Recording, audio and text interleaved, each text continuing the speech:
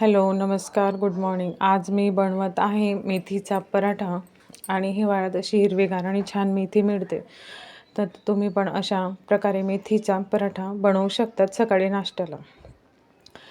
चांगली मेथी स्वच्छ करून घ्यायची, तिला बारीक चिरून घ्यायची आणि अशा पद्धतीने आपली जी कणिक मळलेली असते ती थोडीशी गोळा काढून लाटून घ्यायची आणि त्यावर ही अशी कच्ची मेथी पसरवायची.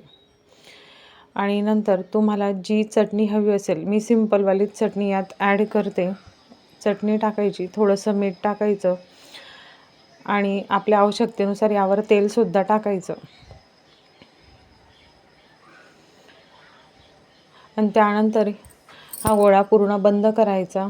आपण ज्या पद्धतीने पुरणाचा गोळा भरतो त्या पद्धतीने ही कच्ची मेथी याच्यात पूर्ण बंद करून हा गोळा लाटून घ्यायचा.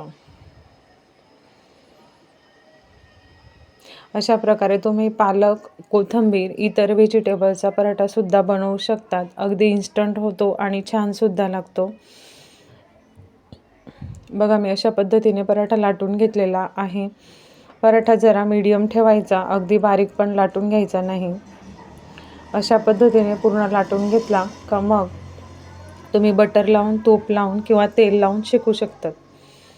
असं छान प्रकारे पराठा शेकून घ्यायचा आणि सकाळी सकाळी नाश्त्याला अगदी हेल्दी आणि छान असा मेथीचा पराठा प्रिपेअर होतो. अशाच पद्धतीने तुम्ही इतर व्हेजिटेबलचा सुद्धा बनवू शकतात. पालकचाही पराठा खूप छान लागतो.